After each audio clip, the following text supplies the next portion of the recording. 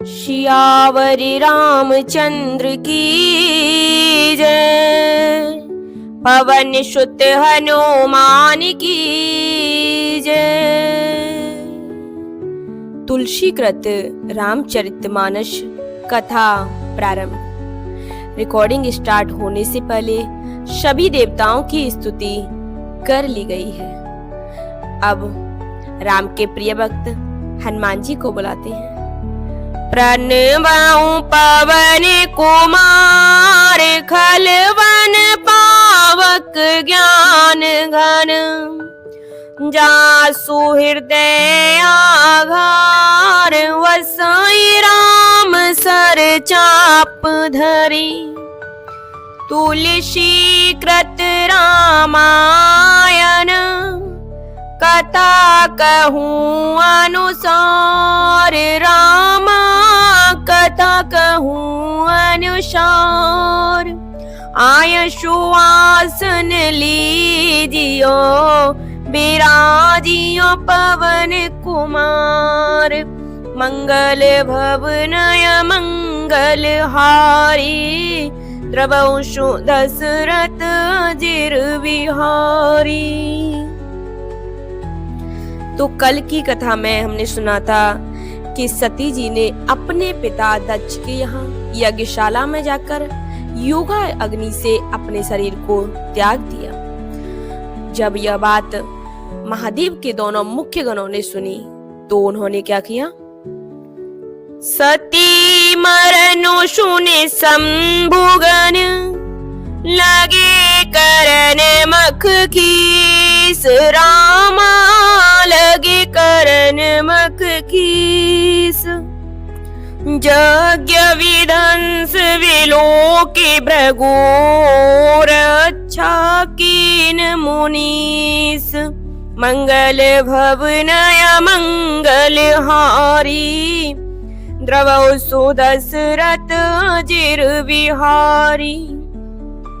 तो सती जी का मरण सुनकर शिव जी के गढ़ यज्ञ विध्वंस करने लगे। यज्ञ विध्वंस होते देखकर मुनीश्वर भृगु जी ने यज्ञ की रक्षा करी। और आगे कथा कहती है। समाचार सब शंकर पाए, वीरभद्र करी कोप पठाए। ये सब समाचार शिव जी को जब मिले तब उन्होंने क्रोध करके वीरभद्र को भेजा। और आगे यज्ञ विधान से जाए तीन कीना, सकल सूरन वे देवत पलो दीना। तो वीरभद्र ने जाकर के यज्ञ को विध्वंस कर डाला और सभी देवताओं को यथोचित दंड दिया। वाई जगत विदित दक्ष गति सोई, जस कछु शंभु विमुख के होई। दक्ष की जगत प्रसिद्धि वही गत हुई जो शिवद्रोही की हुआ करती है। और यह इतिहास सकल जग जानी, ताते में संक्षेप बखानी।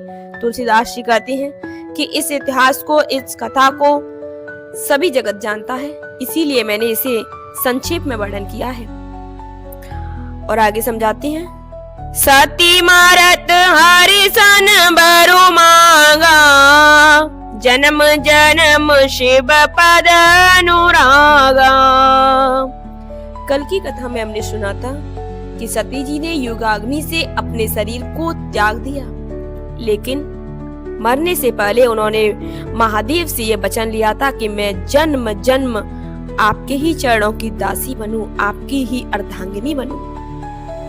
इसीलिए ते कारण हिमिगन ग्रह जाई, जनमी पार्वती तनु पाई।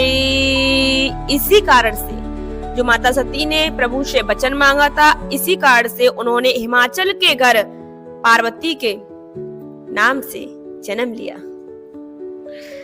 और जहते उमा शैल गृह जाई, सकल से संपत्ति तह छाई। जब से उमा जी ने हिमाचल के घर जन्म लिया तब से सारी सिद्धियां रिद्धियां वहां आकर बस गई, छा गई। जगत की माता ने जन्म लिया है। और जहाँ तहाँ मुनि ने आश्रम कीने, उचित वास मबूधर दीने। मुनियों ने जहाँ तहाँ सुंदर आश्रम बना लिए और हिमाचल ने उनको उचित स्थान दिए। और आगे दोहा के साथ तुलसीदास जी कथा को समझा रहे हैं। सदा सुमन फल सहित सब, द्रुमन नाना जाति रामा, द्रुमन नाना जाति। प्रगति सुंदर शैल पर, मनि आकर बहु भांति। मंगल भवनय मंगल हारी, द्रवौ सो दशरथ अजिर विहारी। सदा सुमन फल सहित सब, सब जितने भी फूलों के फलों के वृक्ष हैं, सुंदर पर्वत पर बहुत प्रकार के सब नए नए वृक्ष पुष्प युक्त फल युक्त सब लगने लगे। और वहां बहुत तरह की मड़ियों की खाने प्रकट होने लगी। जहां माता ने हिमाचल पर्वत के यहाँ पर जन्म लिया था वहां पर और क्या क्या होने लगा। सरिता सब पुनीत जल बहाई, खग मृग मधुप सुखी सब रहाई। सारी नदियों में पवित्र जल बहने लगा और पक्षी पशु भ्रमर सभी सुखी रहने लगे। सहज वायर सब जीवन त्यागा, गिरि पर सकल करई अनुरागा। सब जीवों ने अपना स्वाभाविक वैर छोड़ दिया और पर्वत पर सभी परस्पर प्रेम के साथ रहने लगे। और सोहसैल गिर जागृह आए, जिम जनो राम भगति के पाए। पार्वती जी के घर आ जाने से पर्वत ऐसा शोभायमान हो रहा था जैसा राम भक्ति को पाकर भक्त शोभायमान होता है। नित नूतन मंगल ग्रह तासु, ब्रह्मादिक गावै जस जासु। उस पर्वतराज के घर नित्य नए नए मंगलोत्सव होने लगे जिसका ब्रह्मादिक यश गाते हैं। और नारद समाचार सब पाए, कौतुक ही गिर गे हंसदाए।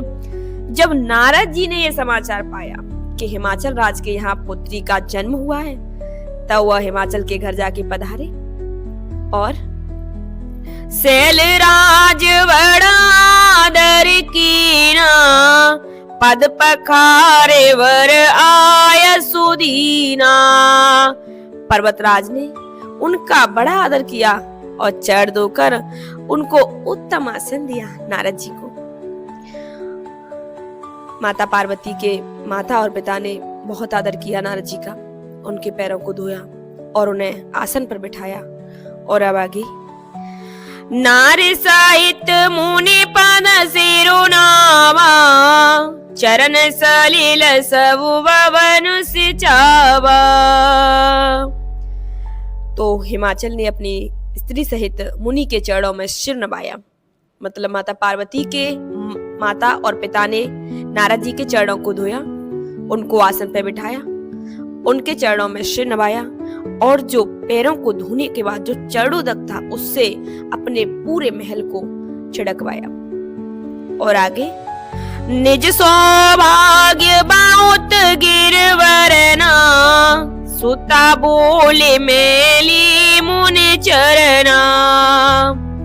तो हिमाचल ने अपने सौभाग्य का बहुत बखान किया कि हम बहुत भाग्यशाली हैं जो संत स्वयं हमारे घर पधारे हैं। और पुत्री को बुलाकर मुनि के चरणों में लिटा दिया और बोले, अब समय का ध्यान रखते हुए इसी दोहे पर कथा को विश्राम देंगे।